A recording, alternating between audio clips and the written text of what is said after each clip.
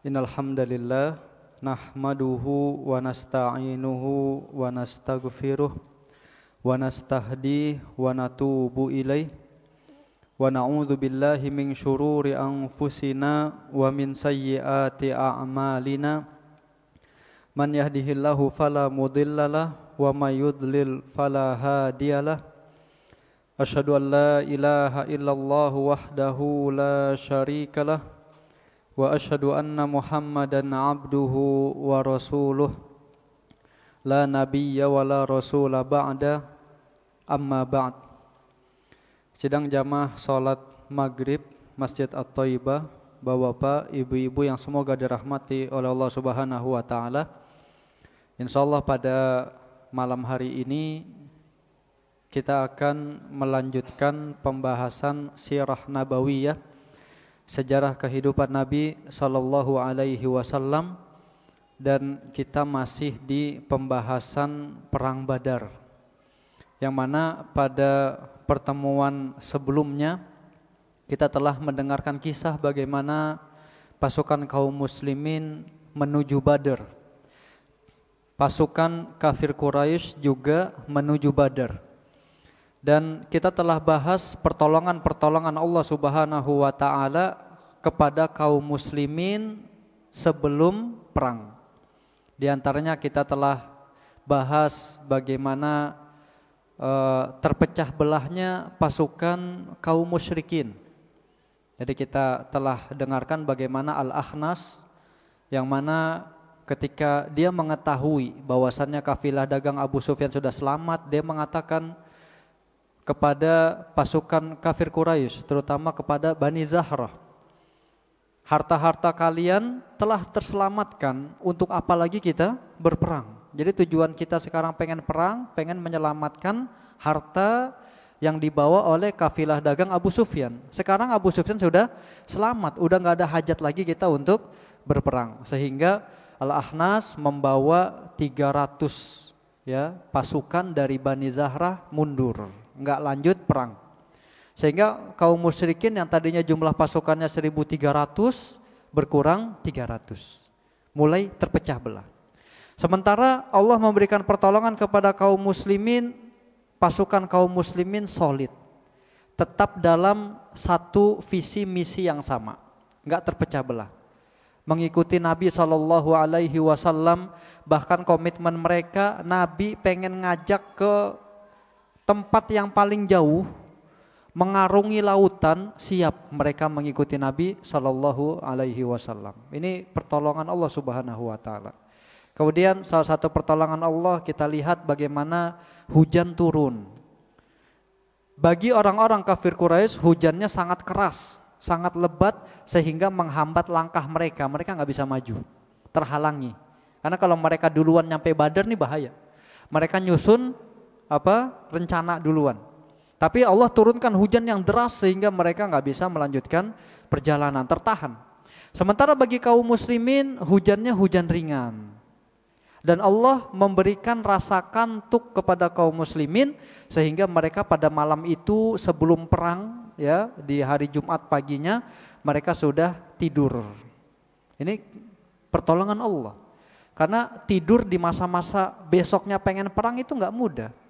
Besok pengen perang melawan orang-orang yang jumlahnya lebih banyak, senjatanya lebih lengkap, kendaraannya banyak, itu nggak mudah bisa tidur itu. Tapi Allah kasih pertolongan, Allah kasih rasa kantuk sehingga kaum muslimin bisa tidur.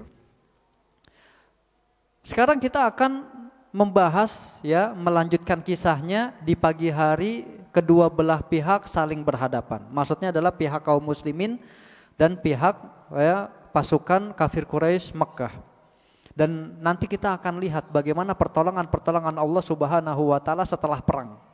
Jadi sebelum perang Allah sudah memberikan pertolongannya kepada kaum muslimin, kepada nabinya. Setelah perang juga ketika dalam peperangan Allah juga memberikan pertolongan. Kita lihat tatkala kaum musyrikin telah muncul, jadi kedua belah pihak sudah saling berhadap-hadapan. Maka Rasulullah sallallahu alaihi wasallam berdoa, "Ya Allah, ini orang-orang Quraisy telah menyongsong dengan kesombongan dan keangkuhannya, menentangmu dan mendustakan Rasulmu. Ya Allah, kami hanya memohon pertolonganmu yang telah engkau janjikan padaku. Ya Allah, hancurkanlah mereka esok hari. Nah, ini sudah doa Nabi SAW. Nabi mengatakan mereka udah sombong. Jadi datangnya niatnya udah berubah. Yang awalnya pengen menyelamatkan harta mereka, sekarang niatnya sombong. Pengen menunjukkan kekuatan mereka di hadapan kaum muslimin, dan mereka pengen sum'ah, biar orang-orang Arab, bangsa Arab semuanya dengar tentang kekuatan Makkah. Maka ketika Nabi SAW selesai berdoa, beliau melihat di antara pasukan kafir Quraisy ada satu orang yang mengendarai onta merah. Sebagian mengatakan onta putih. Dia adalah Utbah bin Rabi'ah. Utbah bin Rabi'ah di pasukan kafir Quraisy naik di atas onta, kemudian dia berjalan-jalan seperti memberikan arahan.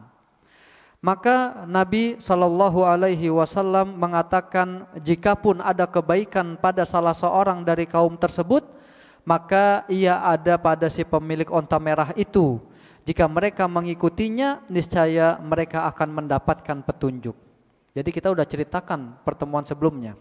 Utbah bin Rabi'ah ini, ya, ketika sudah mendengarkan penjelasan dari orang yang dikirim oleh orang-orang kafir Quraisy untuk melihat pasukan Badar, pasukan kaum muslimin. Maka orang ini mengatakan, ya Quraisy, sesungguhnya aku melihat pasukan yang perlindungannya itu cuman pedang. Perlindungannya itu cuman pedang. Enggak ada tameng, enggak ada baju perang. Perlindungannya cuman satu pedang. Apa artinya itu? Ini pasukan udah siap mati semua.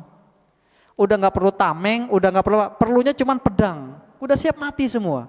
Maka kata dia mengatakan, kalau sekiranya kalian melawan kaum muslimin ini, pasukan Muhammad dan sahabatnya, maka saya melihat salah seorang dari mereka tidak mungkin mati kecuali mereka membunuh salah seorang dari kalian. Kemudian dia mengatakan, taruhlah kalian menang, 300 orang ini semuanya terbunuh, berarti dari pasukan kaum Quraisy berapa yang terbunuh? Minimal 300 juga. Ya sama aja, nggak ada kebaikannya bagi kehidupan kalian. Kalau kalah ya parah juga. Kalau menang sama juga, 300 dari mereka meninggal, wafat, mati juga. Makanya di sini Utbah bin Rabi'ah memberikan pidato kepada pasukan kaum Quraisy, udahlah kita balik. Mau dibilang pengecut, dibilang penakut, nggak usah didengerin, kita balik. Ini perang udah nggak ada udah manfaatnya udah kurang ini. Kerugian doang, mau menang mau kalah ini rugi. Abu Jahal pun marah ketika mendengar hal tersebut, dan dia mengatakan sesungguhnya Utbah bin Rabi'ah itu takut melihat pasukan kaum muslimin. Sebagian riwayat menyebutkan sesungguhnya Utbah bin Rabi'ah ini dia takut anaknya terbunuh. Karena pasukan kaum muslimin cuma sedikit, gampang kita ngalahinnya. Sementara anak dia ini salah satunya udah masuk Islam. Nah, dia takut kita nanti ngebunuh anaknya sehingga kita ini balik biar anaknya selamat. Dia penakut gitu ya. Utbah pun marah ya. Dia terprovokasi. Kemudian dia mengatakan demi Allah hari ini kita akan lihat siapa yang penakut, aku atau engkau. Terprovokasi. Yang tadinya pengen ngajak balik udah nggak usah perang, ya terprovokasi. Padahal Utbah bin Rabi'ah ini orang yang baik. Dia pernah datang ketika Nabi lagi di Mekah, dia datang mendengarkan kata-kata Nabi Muhammad, dia bilang kepada kaumnya Muhammad itu bukan orang gila, bukan penyihir. Saya dengar baik kok apa yang diucapkannya, tapi karena dia nggak memiliki komitmen, banyak terpengaruh sehingga menghalangi Utbah bin Rabi'ah untuk masuk Islam. Jadi kita ambil pelajaran di sini. Kadang-kadang kita punya ide bagus, kita mendapatkan hal yang bagus, tapi terkadang lingkungan kita ini membisikkan yang jelek, mengajak kepada yang buruk sehingga dia nggak komitmen, akhirnya ya percuma itu ide baiknya. Jadi kalau kita udah punya ide baik, kita udah pertimbangkan, udah yakin, kalau ada masukan-masukan yang membuat kita melempem lagi terhadap ide itu, jangan sampai kita lemah di situ. Kita kuatkan ide kita jalankan kalau emang itu baik. Ya, jangan seperti Utbah bin Rabi'ah ini yang gampang terprovokasi. Udah benar apa yang dia sampaikan, provokasi dikit langsung terkena provokasi tersebut. Akhirnya di sini Utbah bin Rabi'ah pun ya melanjutkan peperangan, dan kaum muslimin kaum kafir Quraisy pada waktu itu tidak mendengarkan apa yang dikatakan oleh Utbah bin Rabi'ah karena provokasi dari Abu Jahal. Nah, ketika pertemuan kedua belah pihak ini ada kisah yang menarik ya, dari salah seorang sahabat yang bernama Sawad bin Ghaziyah. Jadi yang namanya perang itu perlu diatur, perlu dirapihkan. Jadi bukan bismillah perang gitu ya, bukan. Tapi perlu ada persiapan. Nabi melakukan persiapan yang begitu matang. Salah satunya apa? Dipersiapkan barisan kaum muslimin. Nah, ternyata Sawad bin Ghaziyah ini dia agak maju ke depan sehingga enggak lurus dari pasukan. Maka Nabi yang waktu itu memegang anak panah yang enggak ada ujung tajamnya itu untuk meluruskan barisan kaum muslimin. Kemudian dia mengatakan kepada Sawad sambil menusuk perutnya dengan anak panah itu yang kayunya aja ya. Lurus wahai Sawad, sambil ditusukkan ya anak panah itu ke perutnya biar mundur. Kemudian apa kata Sawad? Dia mengatakan, wahai Rasulullah, engkau telah menyakitiku, maka aku minta agar diberikan hak untuk mengkisosmu. Dia merasa disakiti, pengen kisos terhadap Nabi Sallallahu Alaihi Wasallam. Maka Nabi Sallallahu Alaihi Wasallam menyingkapkan perutnya. Ya, sebagian ulama mengatakan ketika Nabi menusuk perut Sawad itu perutnya agak kebuka sehingga kayunya ini terkena perutnya langsung, sehingga Nabi pengen yang sepadan. Dibukalah perut Nabi SAW, kemudian mempersilahkan kepada Sawad untuk mengkisos. Ya, Nabi mengatakan silahkan kamu mengkisos, membalas. Maka ketika Sawad melihat hal itu, Sawad langsung memeluk perut Nabi SAW, mencium perut Nabi SAW. Maka Nabi keheranan mengatakan, apa yang membuatmu melakukan hal ini wahai Sawad? Maka Sawad mengatakan, ya Rasulullah, engkau lihat nih pasukan kafir Quraisy sudah ada di depan kita. Saya pengen akhir pertemuan saya dengan engkau adalah ya bertemunya kulitku dan kulitmu, mengambil keberkahan dari ya tubuh Nabi SAW. Ya, maka Nabi pun mendoakan kebaikan kepada Sawad. Jadi memang bagian tubuh Nabi ini apa? Penuh keberkahan. Ya, kita banyak dengar bagaimana sumur yang tadinya nggak bisa diminum diludahi oleh Nabi SAW, kemudian sumurnya menjadi bagus. Ada bayi yang lahir mengalami apa? Kebotakan, nggak ada rambutnya, sama Nabi dielus tumbuh rambutnya. Memang ada keberkahan di tubuh Nabi Sallallahu Alaihi Wasallam. Tapi kalau umatnya ada yang ustadz, ada yang kiai, ya minum, gak usah direbutin, gak usah. Ya, ini kalau saya minum gak habis, gak usah direbutin. Soalnya gak ada berkahnya ini ya. Berkahnya hanya di Nabi Sallallahu Alaihi Wasallam. Kemudian ketika pasukan kaum muslimin sudah bersiap, maka Nabi SAW memberikan arahan kepada kaum muslimin. Jadi diberikan arahan apa? Ya, ketika nanti perang akan berkecamuk, orang-orang kafir Quraisy datang untuk menyerang, maka jangan panah mereka kecuali kalau memang mereka sudah di posisi jangkauan panah. Karena memang panah pada waktu itu sangat terbatas. Kan kita jelaskan di awal, tujuannya untuk mencegat kafilah yang dijaga oleh 40 orang. Jadi persiapannya ya panahnya nggak terlalu banyak. Sementara ternyata yang ditemuin bukan kafilah dagang Abu Sufyan, yang ditemui adalah pasukan kafir Quraisy yang senjatanya lengkap, jumlahnya banyak, kendaraannya juga lengkap. Maka kata Nabi, jangan boros panah. Jadi jangan mereka baru maju langsung dipanah, jangan.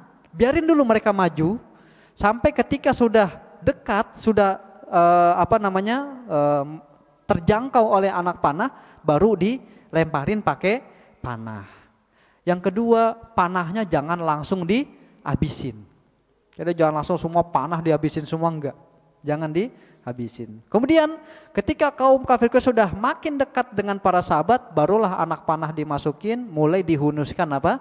Pedang, baru mulai melawan orang-orang kafir Quraisy. Ini adalah arahan dari Nabi Shallallahu Alaihi Wasallam. Lalu bagaimana kondisi pasukan kafir Quraisy yang dipimpin oleh Abu Jahal? Pada hari itu Abu Jahal luar biasa. Dia berdoa kepada Allah Subhanahu wa taala, minta keputusan kepada Allah. Ini luar biasa. Apa yang dikatakan Abu Jahal? Ya Allah, Dialah yang telah memutus rahim kami dan membawa sesuatu yang tidak kami ketahui. Maksudnya siapa? Nabi Muhammad. Ini dia nih, memutus rahim kami, memecah belah. Dia bawa sesuatu yang kami nggak tahu apa sih ajaran yang dibawa oleh dia ini. Karena itu hancurkanlah ia esok hari. Masya Allah. Ini Nabi berdoa tadi ya. Abu Jahal juga berdoa. Wah, ini kuat-kuatan doa ini.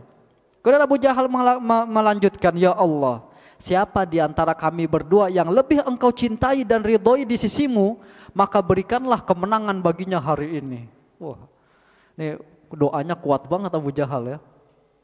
Maka di saat itu Allah Subhanahu wa taala menurunkan firman yang memberikan keputusan, menjawab doanya Abu Jahal. Allah berfirman di surah Al-Anfal ayat 19, A'udzubillahi minasyaitonir rajim, in tastaftihu faqad ja'akumul fath wa in tantahu fahuwa khairul lakum wa in ta'udu na'ud walan tughniya ankum fi'atukum syai'a walau kathurat wa annallaha ma'al mu'minin. Jika kamu orang-orang musyrikin mencari keputusan, maka telah datang kepadamu, dan jika kamu berhenti, maka itulah yang lebih baik bagimu, dan jika kamu kembali, niscaya kami kembali pula.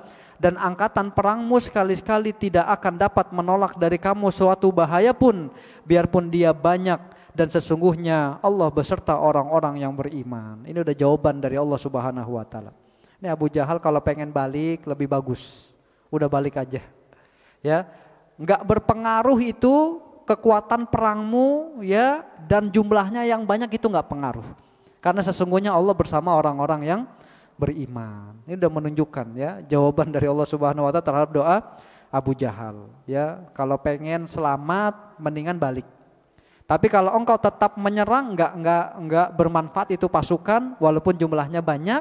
Dan kau harus tahu Allah bersama orang-orang yang beriman. Allah akan memberikan kemenangan kepada orang-orang yang beriman. Maka kita akan bahas bagaimana saat-saat menegangkan dan sulutan api peperangan pertama. Jadi udah bertemu, biasanya ada hal-hal yang akan membuat sulutan api menyala ya. Peperangan akan memanas, membangkitkan gairah untuk maju berperang. Apa sulutan yang pertama? Yang pertama adalah datang dari seorang yang bernama Al-Aswad bin Abdul Asad Al-Makhzumi. Ini satu kabilah dengan Abu Jahal. Karena Abu Jahal ya dari Bani Makhzum. Nah ini Al-Aswad bin Abdul Asad Al-Makhzumi ini terkenal dengan perawakannya yang besar dan dia juga laki-laki yang sadis, berperangai buruk. Jadi sadis dia, kejam. Ya, terkenal. Apa yang dia lakukan? Dia keluar dari barisan sendirian. Ini sendirian. Udah kafir ya. Berani banget sendirian maju. Apa yang dia katakan? Aku berjanji kepada Allah. Sungguh aku akan meminum dari telaga mereka, atau aku hancurkan telaga tersebut, atau aku mati karenanya. Sendirian. Ini kayak gak ada kerjaan nih orang nih. Udah kafir sendirian maju menghadapi pasukan kaum muslimin. Niatnya apa? 3. Pengen minum dari telaga kaum muslimin, karena kaum muslimin udah nutup semua sumur-sumur, cuman disisain 1 telaga. Atau pengen ngancurin telaga itu, atau pengen mati. Ya, subhanallah ini. Akhirnya dia maju sendirian. Maju mendekati telaga, kemudian dihadang oleh Hamzah bin Abdul Muttalib. Dihadang oleh Hamzah. Kemudian ketika dia maju, terjadilah duel di sana. Hamzah pun menyabet kakinya sampai darahnya terciprat ke belakang. Saking kencangnya itu putus, darahnya keciprat ke belakang. Kemudian ternyata dia pengen tetap melaksanakan janjinya tadi. Dia pun merangkak, dibiarin sampai Hamzah. Ketika sudah sampai dekat di telaga, ya maka Hamzah pun membunuh dia. Nah disinilah mulai sulutan api peperangan pertama mulai. Ya, orang-orang kafir Quraisy mulai panas nih. Ada satu orang yang udah terbunuh. Ya, jadi ini sulutan api pertama. Kemudian yang kedua adalah duel 1 lawan 1. Ya, jadi ketika sudah selesai tadi, ya Al-Aswad bin Abdul Asad Al-Makhzumi tadi sudah ya mati di sana, dia merupakan ya korban pertama, ya korban peperangan pertama. Maka keluarlah dari kaum musyrikin 3 pengendara kuda. Yang pertama adalah Utbah bin Rabi'ah. Yang kedua adalah Syaibah bin Rabi'ah. Yang ketiga adalah Al-Walid bin Utbah. Jadi Utbah bin Rabi'ah bersama saudaranya Syaibah bin Rabi'ah, ini adik kakak. Kemudian keluar juga anaknya Utbah, yaitu Al-Walid bin Utbah bin Rabi'ah. 3 orang ya keluar dari pasukan.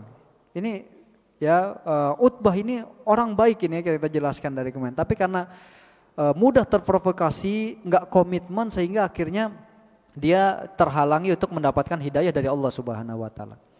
Mereka bertiga ini keluar. Utbah merupakan salah satu pimpinan Quraisy, dikagumi ya. Mereka bertiga keluar. Mereka menantang duel. Maka ketika itu keluarlah 3 orang pemuda dari kaum Ansor dari Madinah. Keluar 3 orang, yaitu Auf dan Muawwad, ya, ini 2 orang putra Al-Harith, ya, ibu keduanya bernama Afra. Kemudian keluar juga Abdullah bin Rawahah. Jadi mereka datang bertiga, ya, kemudian disambut oleh 3 orang, ya, Ansor, Auf, Muawwad, kemudian Abdullah bin Rawahah. Maka ketika 3-tiganya ini maju, Utbah bin Rabi'ah pun bertanya, siapa kalian ya? Nggak kenal nih, ya. Masih pemuda-pemuda pengen nantang berduel. Siapa kalian? Maka mereka menjawab, kami adalah segolongan orang-orang Ansor. Ya. Maka Utbah berkata, kami ingin mencari orang-orang yang sepadan dan terhormat. Kami tidak butuh orang-orang seperti kalian. Yang kami butuhkan adalah anak-anak paman kami sendiri. Ya, maksudnya mereka pengen melawan yang setara. Ya. Mereka nganggap ini orang-orang Ansor nggak setara, ini pengennya yang setara, yaitu sama-sama penduduk Mekah. Ya. Kemudian kemudian mereka berkata kepada Nabi Muhammad SAW, ya, wahai Muhammad, hadapkan kepada kami orang-orang yang sepadan dari kaum kami. Maunya sama-sama penduduk Mekah. Maka Rasulullah SAW berkata, bangunlah wahai Ubaidah bin Al-Harith, bangunlah wahai Hamzah, dan bangunlah wahai Ali. 3 ditunjuk oleh Nabi SAW. Di sini kalau kita lihat, Nabi enggak nyuruh orang lain, tapi Nabi nyuruh keluarganya duluan. Jadi dalam peperangan Nabi enggak, keluarganya nanti diselamatin dulu nih, yang lain dulu suruh maju, enggak. Tapi ini langsung keluarganya yang diutus duluan maju, enggak pandang bulu lagi. Keluarganya bahkan ditunjukkan ini keluarganya, enggak pandang bulu. Ya, Hamzah langsung diminta untuk maju, Ali diminta untuk maju, Ubaidah bin Al-Harith diminta untuk maju. Maka ketika 3 orang ini maju berhadapan dengan Utbah dan saudaranya dan anaknya tadi, ternyata nggak dikenali, mungkin karena mereka pakai penutup kepala, ya, atau maka Utbah pun ya berkata, siapa kalian? Maka mereka pun menjawab nama-nama mereka. Saya Ubaidah bin Al-Harith, saya Hamzah bin Abdul Muttalib, saya Ali bin Abi Thalib. Maka saat itulah mereka menjawab, kalau begitu kalianlah orang yang sepadan dan terhormat itu. Maka di sini disebutkan Ubaidah bin Al-Harith melawan Utbah bin Rabi'ah. Ini sama-sama yang paling tua. Utbah bin Rabi'ah, kemudian Ubaidah bin Al-Harith saling berhadapan. Kemudian Syaibah, saudara dari Utbah, melawan Hamzah bin Abdul Muttalib. Kemudian yang paling muda di kalangan mereka yaitu Al-Walid menghadapi yang paling muda juga yaitu Ali bin Abi Thalib. Duel pun berlangsung. Hamzah dan Ali tidak memberikan kesempatan kepada lawannya, dengan cepat langsung membunuh lawannya. Ini Hamzah dengan Ali cepat ya. Ya, berapa kali serangan langsung dua-duanya, Syaibah dan Al-Walid dua-duanya langsung terbunuh. Sementara Ubaidah dan Utbah dua-duanya saling menghantamkan serangan, sama-sama kena serangan. Ubaidah terkena serangan di kakinya sampai putus, begitu juga Utbah. Kemudian melihat hal itu, Hamzah dan Ali langsung membantu Ubaidah, langsung membunuh Utbah. Kemudian ya Ubaidah dibawa mundur ya dengan luka seperti itu, dan disebutkan akhirnya beliau wafat ketika selesai perang Badar ya. Selesai perang Badar, 5 hari setelahnya ketika pengen dibawa ke Madinah tapi sudah meninggal wafat ya di perjalanan tadi. Jadi duel pun dimenangkan oleh kaum muslimin, membuat tentara kafir Quraisy semakin panas ya, semakin panas.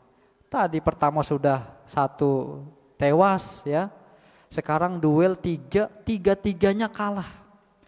Makin marah mereka, makin panas, makin pengen cepat-cepat nyerang kaum muslimin. Ali mengatakan, dia bersumpah demi Allah bahwa ayat berikut ini diturunkan berkaitan dengan mereka ketika duel tadi. Allah berfirman di surah Al-Hajj ayat 19, hadzani khasmani ikhtasamu fi rabbihim. Inilah 2 golongan mukmin dan golongan kafir yang bertengkar, mereka saling bertengkar karena Rabb mereka. Ini kata Ali, ayat ini turun ya kepada mereka, yaitu Ubaidah, Hamzah dan Ali yang melawan Utbah, Syaibah dan Al-Walid. Jadi yang bertengkar ya karena Rabb mereka. Yang satu menganggap Rabb mereka adalah Allah Subhanahu wa taala, memurnikan ibadah, sementara kelompok yang satunya menyekutukan Allah Subhanahu wa taala. Baik, posisi kaum musyrikin sudah makin memanas ya. Mereka sudah makin marah, sudah pengen menyerang kaum muslimin ya. Maka terjadilah serangan umum ya, yaitu pasukan kaum musyrikin mulai maju menyerang kaum muslimin, sementara kaum muslimin pada waktu itu mempertahankan posisi mereka, kemudian menghujani pasukan kaum musyrikin dengan panah ya. Ketika kaum musyrikin sudah dekat, akhirnya terjadilah di sana peperangan ya. Kaum muslimin mendapatkan serangan yang bertubi-tubi ya, kemudian akhirnya mendapatkan pertolongan dari Allah Subhanahu wa taala. Malaikat pun turun ya membantu pasukan kaum muslimin, sehingga kaum muslimin memberikan kerugian yang besar kepada pasukan kaum Quraisy ya, dan nanti akhir akan dimenangkan oleh kaum muslimin. Baik, kita lanjutkan. Bagaimana ketika peperangan ini sudah pecah, sudah dahsyat-dahsyatnya, sudah sampai klimaksnya, maka Nabi SAW berdoa. Jadi kita kisahkan sebelumnya bahwasanya Nabi berada di podium bersama Abu Bakar. Jadi Nabi nggak ikut berperang, Nabi memantau peperangan dari podium bersama Abu Bakar. Maka Nabi SAW berdoa, ya Allah, penuhilah apa yang telah Engkau janjikan padaku. Ya Allah, sesungguhnya aku memohon kepadamu sesuai janji yang Engkau berikan kepadaku. Kemudian Nabi berdoa terus sampai terus berkecamuk itu peperangan, saking dahsyatnya Nabi doanya makin kencang lagi. Ya. Nabi berdoa, Allahumma in tuhlik hadhil isabatal yaum la tu'bad. Allahumma in syi'ta lam tu'bad ba'dal yaumi abadan. Ya Allah, jika golongan ini yang dimaksud adalah umat Islam dihancurkan pada hari ini, maka tidak akan ada lagi yang menyembahmu. Ya Allah, jika Engkau menghendaki, tidak akan ada yang menyembahmu lagi setelah hari ini selama-lamanya. Beliau terus berdoa kepada Allah Subhanahu wa taala meminta pertolongan agar memenangkan pasukan kaum muslimin sampai pakaiannya terjatuh ya. Kemudian dibetulin lagi oleh Abu Bakar sampai Abu Bakar pun mengatakan, "Cukup wahai Rasulullah, engkau telah memohon dengan sangat kepada Rabb-Mu." Jadi di sini menunjukkan keutamaan Abu Bakar juga. Karena Nabi nggak meminta yang lain untuk menemani di podium ikut berdoa kecuali siapa? Abu Bakar.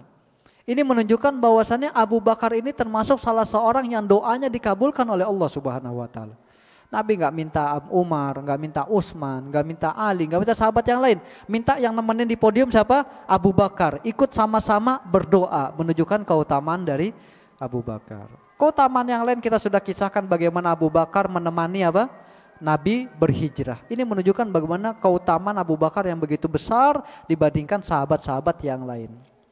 Nabi terus berdoa sampai akhirnya Allah menurunkan firman-Nya di surah Al-Anfal ayat 12. Anni ma'akum fathabbitul ladzina amanu saulqi fi qulubil ladzina kafarur ru'ba. Sesungguhnya aku bersama kamu, maka teguhkanlah pendirian orang-orang yang telah beriman. Kelak akan aku jatuhkan rasa ketakutan ke dalam hati orang-orang kafir. Ini merupakan pertolongan Allah Subhanahu wa taala ketika perang. Jadi mereka diberi rasa takut.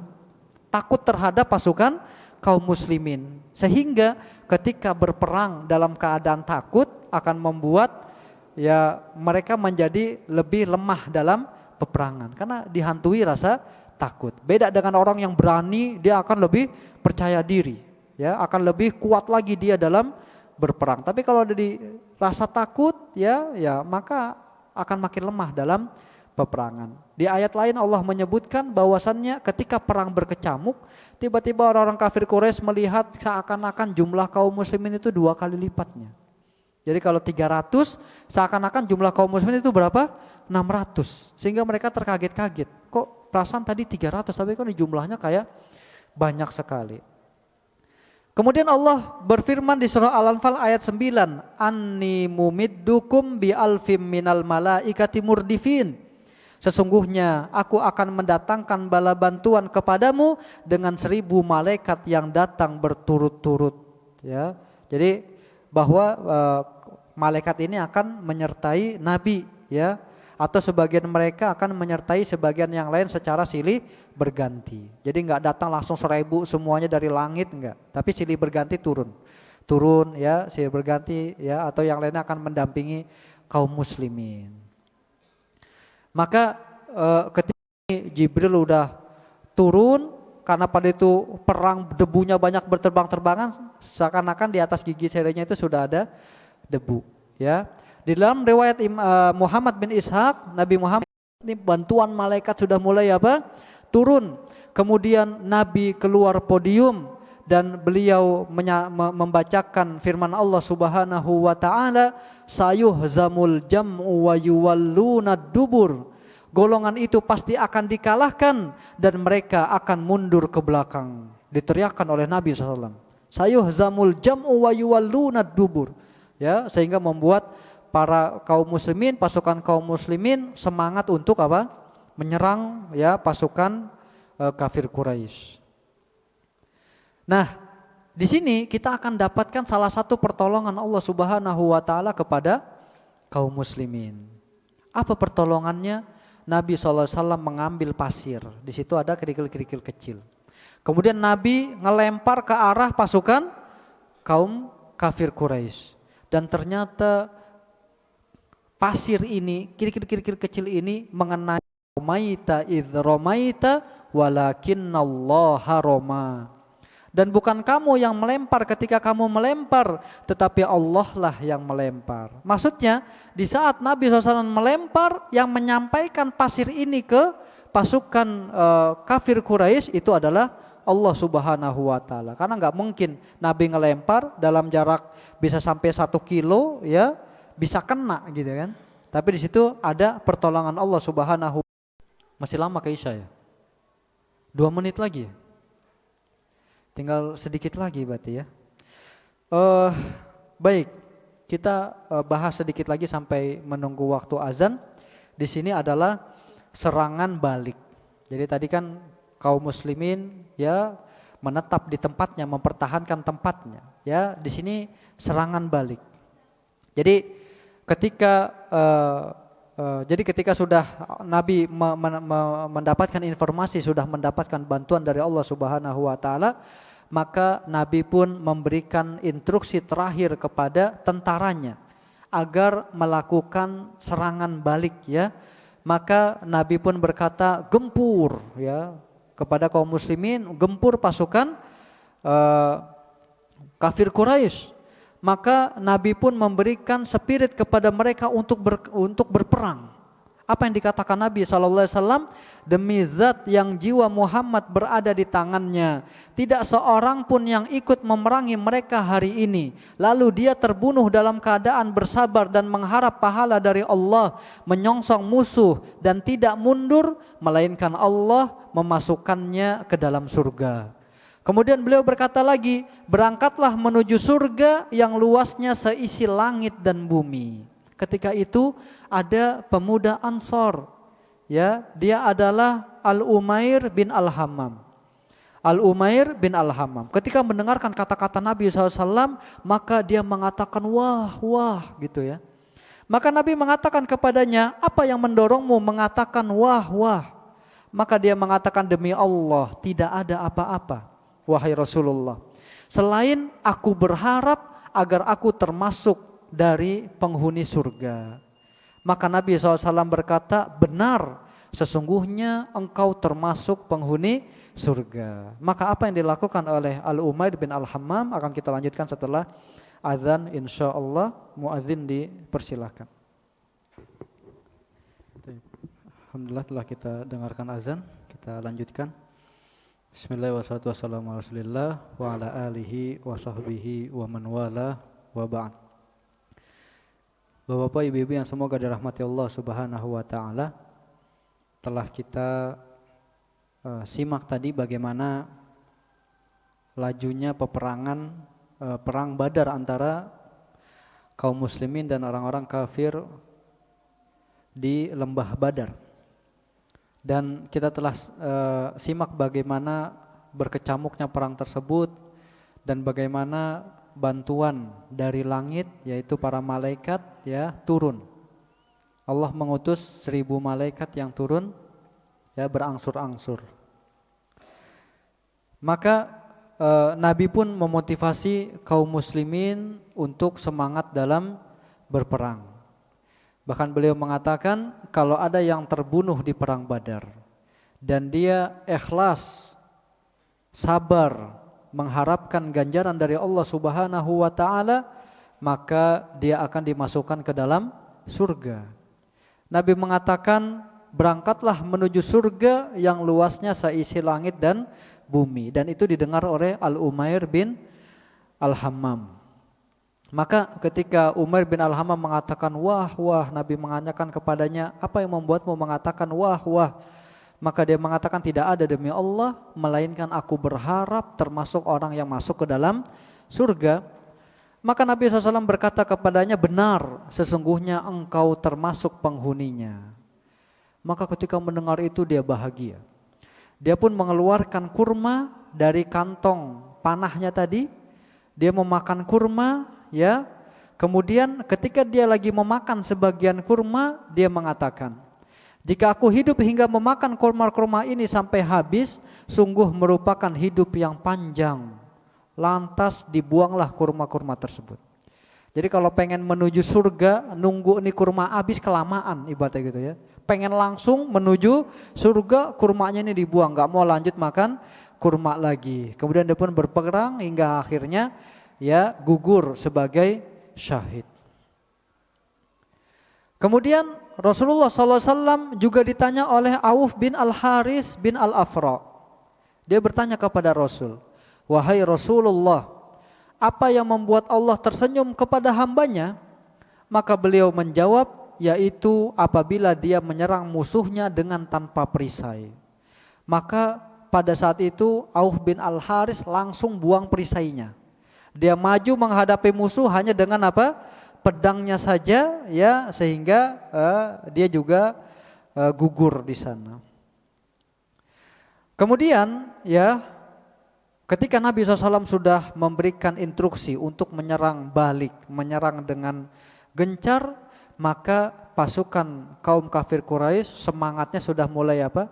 Sudah mulai pudar. Strategi yang diterapkan oleh Nabi SAW berdampak amat besar ya dalam memperkokoh posisi kaum muslimin.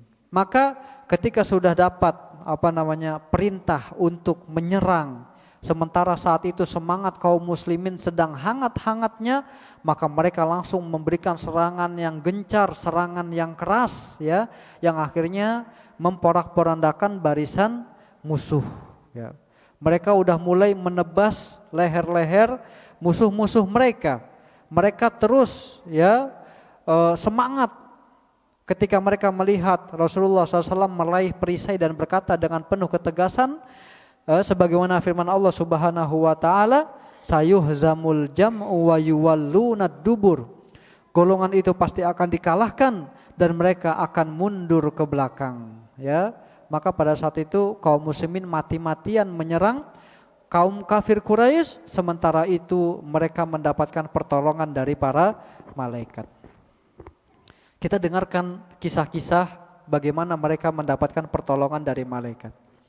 Yang pertama dari riwayat Ibnu Sa'ad dari Ikrimah, dia berkata, pada hari itu kepala orang jarang terlihat karena tidak diketahui siapa yang telah memenggalnya, dan tangan orang jarang terlihat karena tidak diketahui siapa yang telah memotongnya.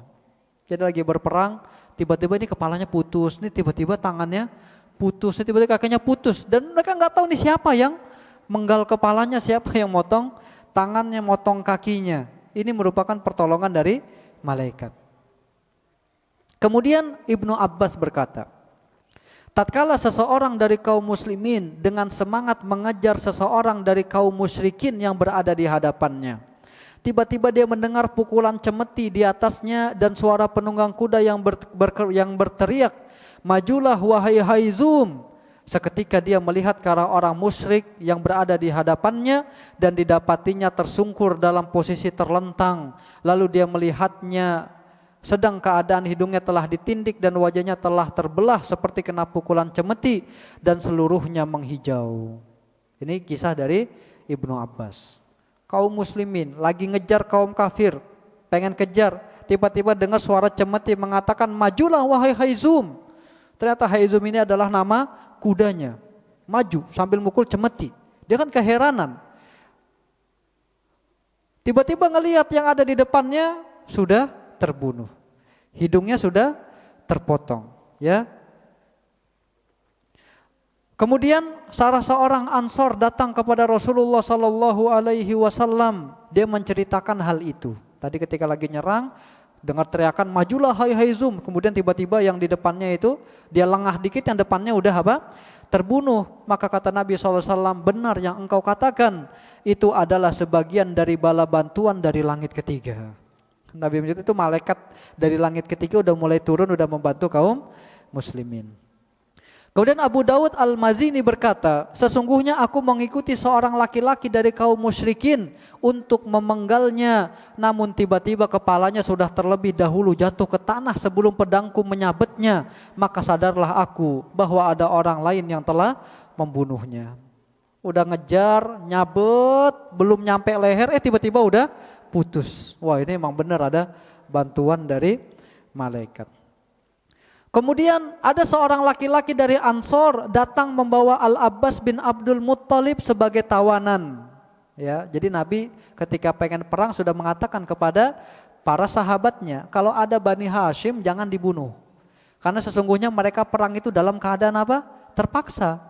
Jadi mereka mengatakan, aduh nggak usah perang lah, ini lawan kita saudara sendiri, ya Muhammad, anak paman kita juga, tapi terpaksa oleh Abu Jahal. Maka kata Nabi jangan dibunuh. Nah ini ada orang Ansor, dia agak pendek, datang nawan Abbas. Ini kalau secara logika nggak mungkin bisa menang nih orang lawan Abbas, ya. Dia berkata, ya, dia membawa Abbas. Kemudian ketika sampai kepada Nabi, Abbas berkata, sesungguhnya bukan orang ini yang telah menawanku, Yang menawanku adalah seorang laki-laki gundul yang merupakan manusia paling rupawan yang pernah aku lihat. Dia menunggang kuda yang memiliki bercak-bercak dan aku tidak melihatnya ada bersama kalian. Ini Abbas bilang ke, ya Rasul, bukan ini yang nawan saya tadi ini. Tadi yang menawan saya itu orang yang botak, tampan, kudanya bercak-bercak. Tapi orang itu kok sekarang nggak ada gitu ya. Maka laki-laki Ansar itu berkata, akulah yang menawannya wahai Rasulullah. Maka kata Nabi, uskut, udah diem. Engkau itu dibantu oleh malaikat. Bukan engkau yang ngalahin Abbas bin Abdul Muthalib. Engkau dibantu oleh seorang malaikat yang mulia. Ya, ini merupakan bukti-bukti nyata, kisah-kisah bagaimana para malaikat itu turun membantu pasukan kaum muslimin. Ya. Kemudian pada saat itu iblis yang telah kita ceritakan, dia menyamar sebagai Suraqah bin Malik bin Ju'sum Mudliji. Sebelumnya dia mengatakan kalian udah nggak usah takut, maju aja, nanti saya yang bantu. Ya, kalau terjadi apa-apa akan saya tolong. Tiba-tiba dia melarikan diri, kabur. Ya, dia kabur. Kemudian ketika kaum musyrikin melihat dia kabur, maka ya dikatakan ya di sini disebutkan Al Haris bin Hashim yang melihatnya. Kemudian dia menemui Suraqah, nanya kenapa dia kabur gitu ya, pengen ditanya. Maka Suraqah pun mendorongnya hingga dia terjatuh. Kemudian dia melarikan diri, dia mengatakan sesungguhnya kalian nggak melihat apa yang aku lihat. Ya, maka dia kabur menuju ke lautan dan dia pun nyebur ke laut, menghilang. Ini iblis yang tadinya ikut ya di pasukan kaum kafir pun ikut kabur. Kemudian kayak kekalahan yang telak. Jadi udah kayak gitu, udah mulai keguncangan melanda barisan kaum musyrikin. Mereka semakin melemah.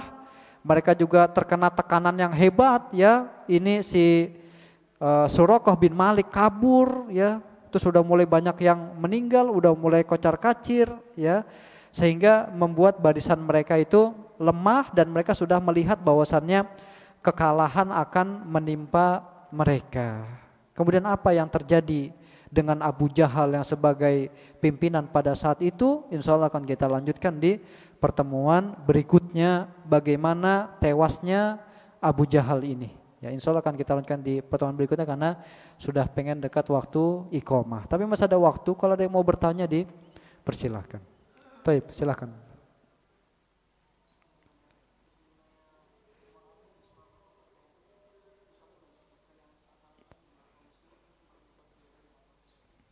Taib. Untuk ayat itu saya agak lupa ayatnya, tapi kita cari ayatnya. Di sana Allah menyebutkan mislaihim ra'yal ain. Di surah Al-Imran ayat 13. Surah Al-Imran ayat 13. Di sini Allah Subhanahu wa taala menyebutkan bahwasannya ya orang-orang kafir melihat pasukan kaum muslimin itu mislaihim, 2 kali lipatnya. Jadi kalau 300 seakan-akan terlihat menjadi berapa?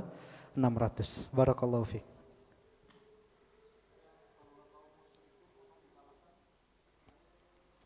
Yang mana nih? Ada sayuhzamul jam'u wa yuwallunad dubur.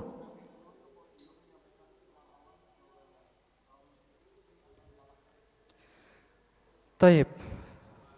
Hah? Oh, ketika tertidur sejenak itu ya. Di sini Allah berfirman di surah Al-Qamar ayat 45. Al-Qamar ayat 45 bunyinya sayuhzamul jam'u wa yuwallunad dubur. Golongan itu pasti akan dikalahkan dan mereka akan mundur ke belakang. Itu surah Al-Qamar ayat 45.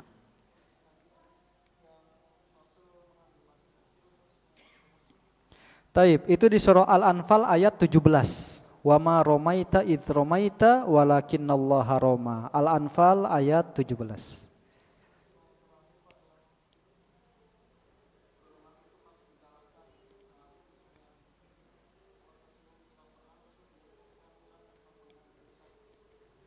Taib, itu merupakan hadis ya. Itu merupakan hadis, bukan ayat yang dinukil oleh penulis, namun penulis di sini tidak menyebutkan untuk hadisnya ya, untuk menyebutnya. Untuk mengetahui itu nanti kita akan cari lagi ya tentang riwayat yang ini. Tapi di sini penulis juga menyebutkan beberapa rujukan dan kita nanti bisa mencari itu ya. Jadi bunyinya adalah yaitu apabila dia menyerang musuhnya dengan tanpa perisai, nanti kalau kita cari itu akan ada riwayatnya di hadisnya. Ya, nanti akan kita cari, itu belum bisa kita jawab sekarang. Taib, barakallahu fiik. Taib, kalau tidak ada pertanyaan lagi kita cukupkan sampai di sini. Insya Allah akan kita lanjutkan di pertemuan berikutnya. Kurang lebihnya saya mohon maaf. Kita akhiri dengan doa kafaratul majlis. Subhanakallahumma wa bihamdika asyhadu an la ilaha illa anta astaghfiruka wa atubu ilaik. Wabillahi taufiq wal hidayah. Wassalamualaikum warahmatullahi wabarakatuh.